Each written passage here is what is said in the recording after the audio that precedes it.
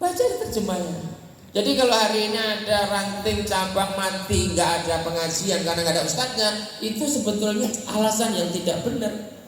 Kenapa? Wong kita ini punya buku, punya kitab sederhana, namanya Himpunan Putusan Tarjih. Ada HPT, ada Fatwa Tarjih, ada Wacana. Kalau HPT yang sering Bapak lihat itu, kalau Fatwa Tarjih dituangkan dalam buku Tanya Jawab Agama yang ada 17 jilid itu, ada 7 jilid itu. Kemudian Wacana pikiran-pikiran, pandangan-pandangan yang bisa Bapak baca dalam rubrik-rubrik atau Suara Muhammadiyah atau Berita Resmi Muhammadiyah. Itu semua sumber ilmu. Jadi kalau kita nggak bisa ngaji, wah keterlaluan juga itu. Sing penting iso maca. Lah saya juga nggak bisa baca Ustaz, rungokno saja sing iso maca. Sangu buku kecil itu satu suruh baca, lainnya dengerin aja, nanti gantian gitu. Jadi lama-lama begitu ke Jogja mesti mampir Suara Muhammadiyah, mesti beli buku itu. Jadi begitu cara menggembirakan jamaah. Ini misi penting Pak, nomor 3 loh Pak, kumpul-kumpul itu. Ngidupin ranting cabang itu ternyata amanah muktamar nomor 3. Yang keempat Bapak Ibu sekalian, nah ini baru mengembangkan amal usaha Muhammadiyah unggulan dan kekuatan ekonomi. Nah ini masuk amanah yang keempat. Amal usaha yang dimiliki Muhammadiyah ini memang secara kuantitas menurut penelitian itu termasuk yang paling tinggi rankingnya, kuantitasnya.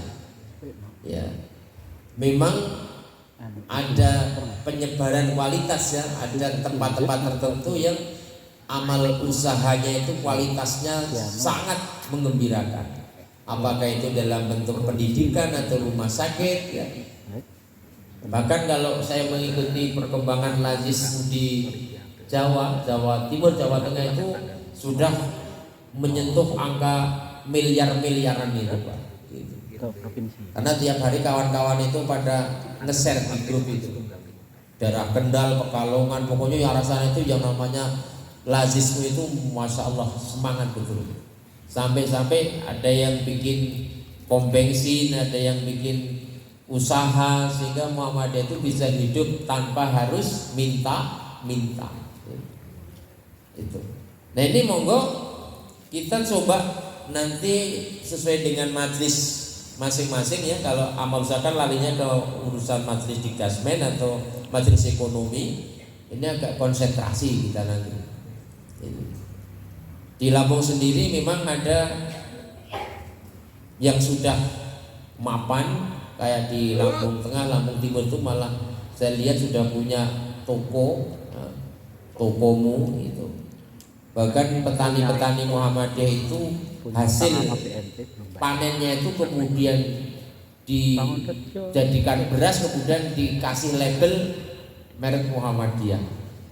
Saya kira keren juga kalau Tanggawus nanti punya begitu Pak, punya semacam koperasi gitu yang untuk menampung semua hasil, apakah buah-buahan atau pertanian atau apa saja, sehingga orang nanti kalau ingin beli apa-apa warga Muhammadiyah ke toko Muhammadiyah.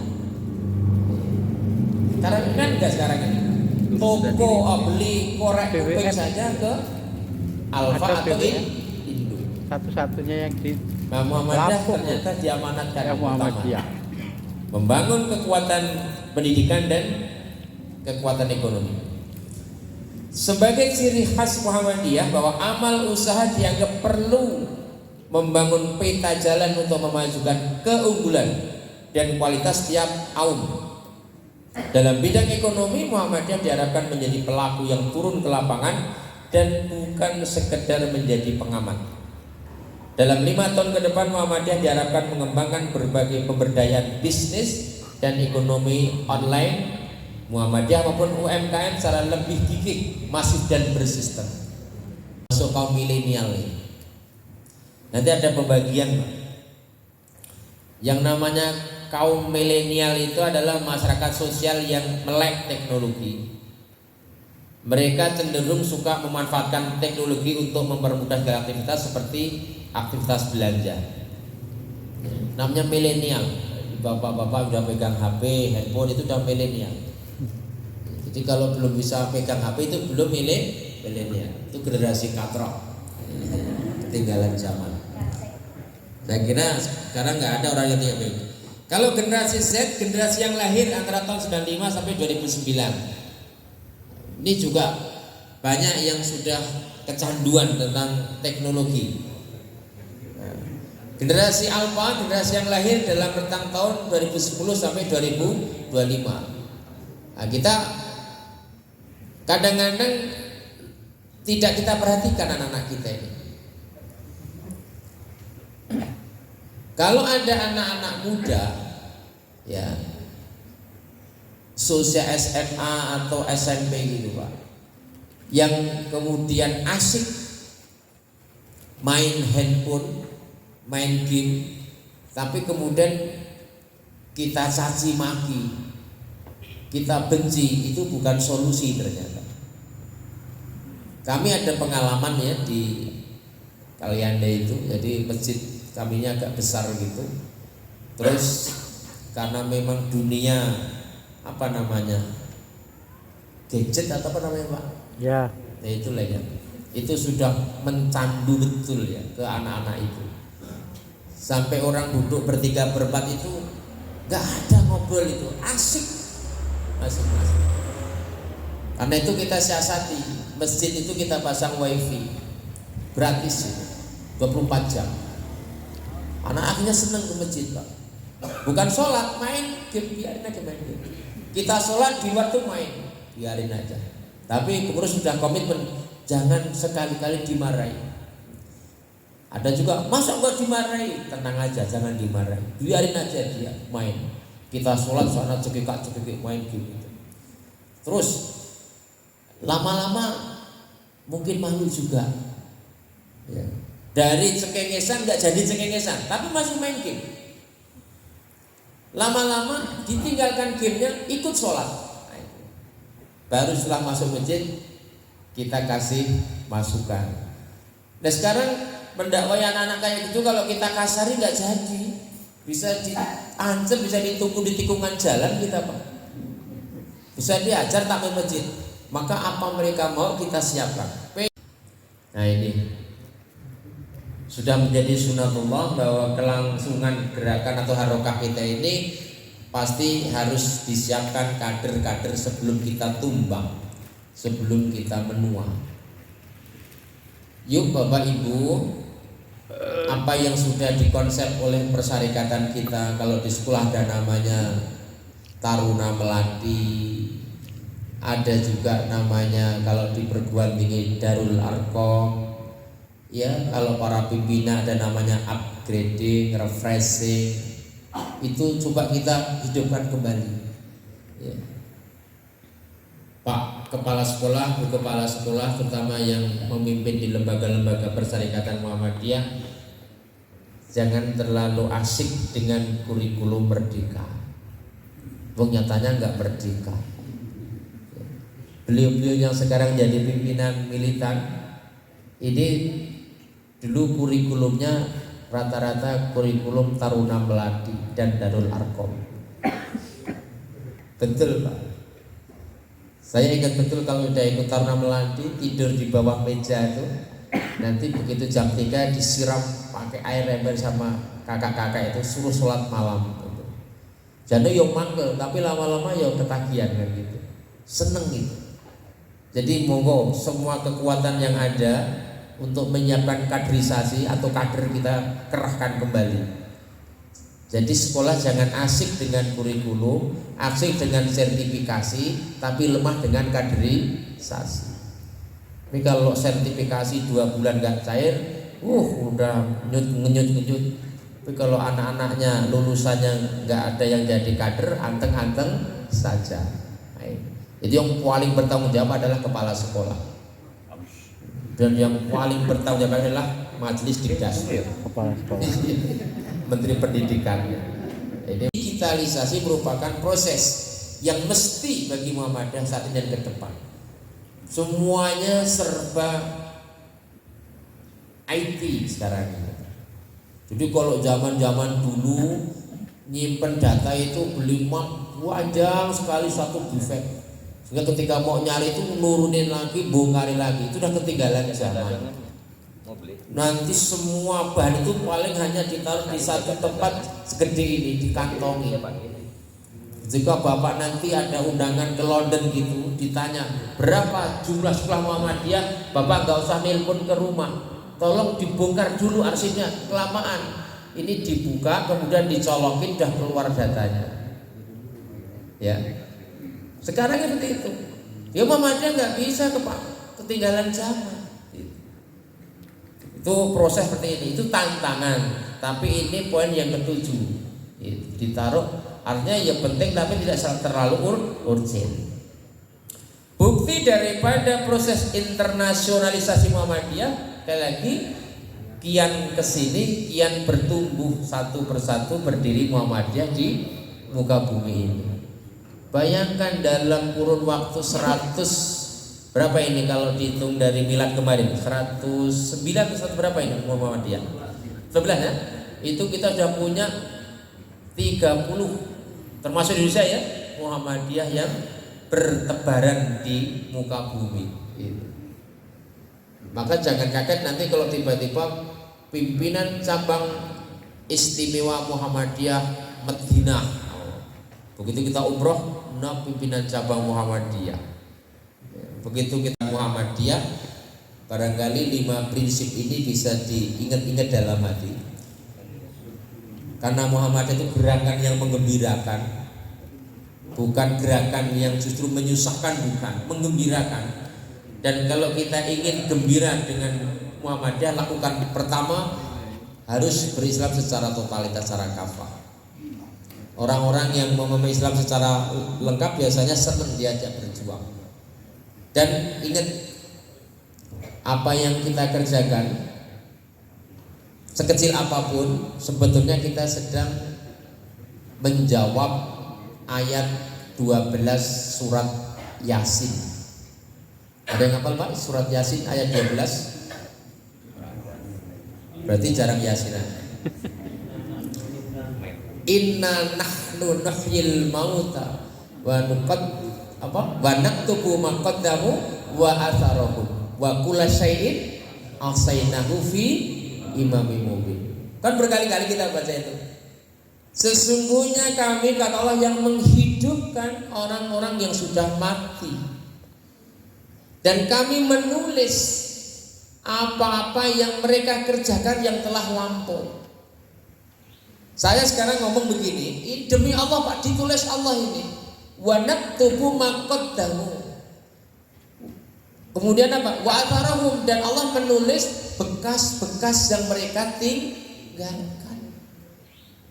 Jadi jangan pernah ragu siapa yang dulu pernah ikut meletakkan batu bikin pondasi masjid ini, yang pernah ikut nyumbang 10.000 bikin SD atau SMA atau SMK, itu semuanya ditulis rapi sama Allah.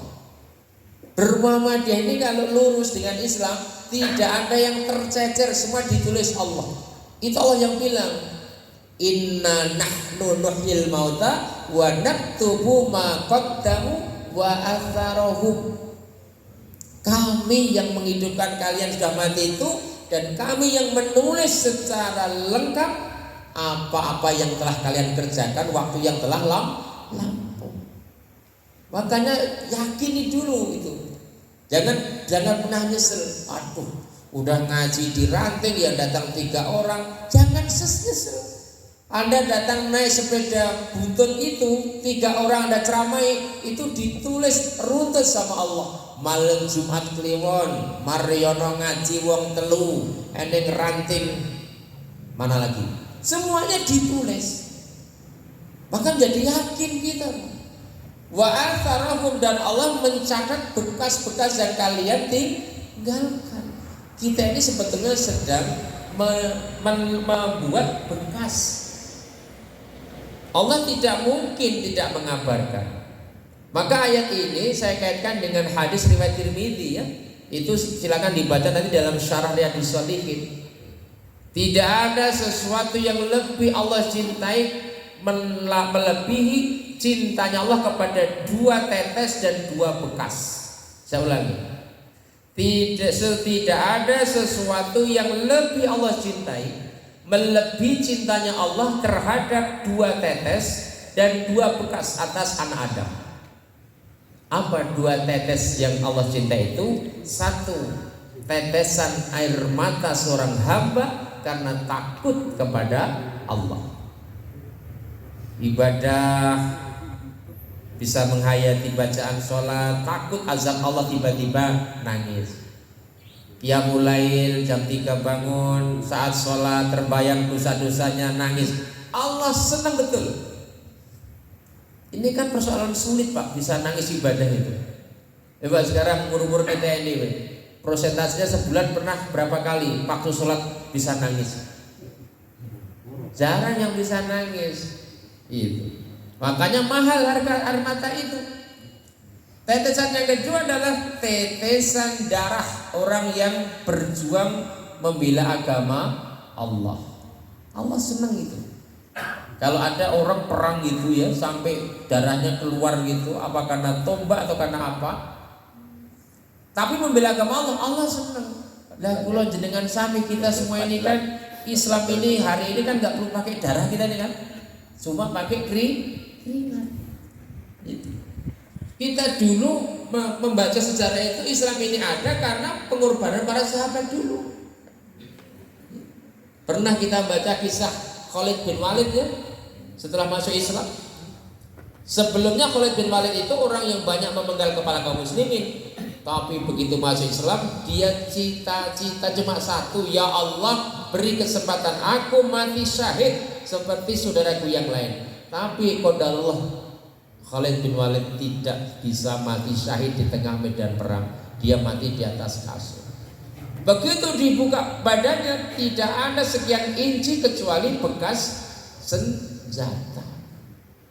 Kita apa bekasnya kalau dibuka baju? Panu. Jadi kalau ingin dicintai Allah, satu, tetesan air mata dan tetesan darah karena bela agama Allah. Sekarang nggak perlu pakai darah deh, pakai keringat saja. Keringat. Yang kedua, Allah sangat mencintai dua bekas. Bekas apa itu? Bekas perjuangan hambanya. Bekas perjuangan.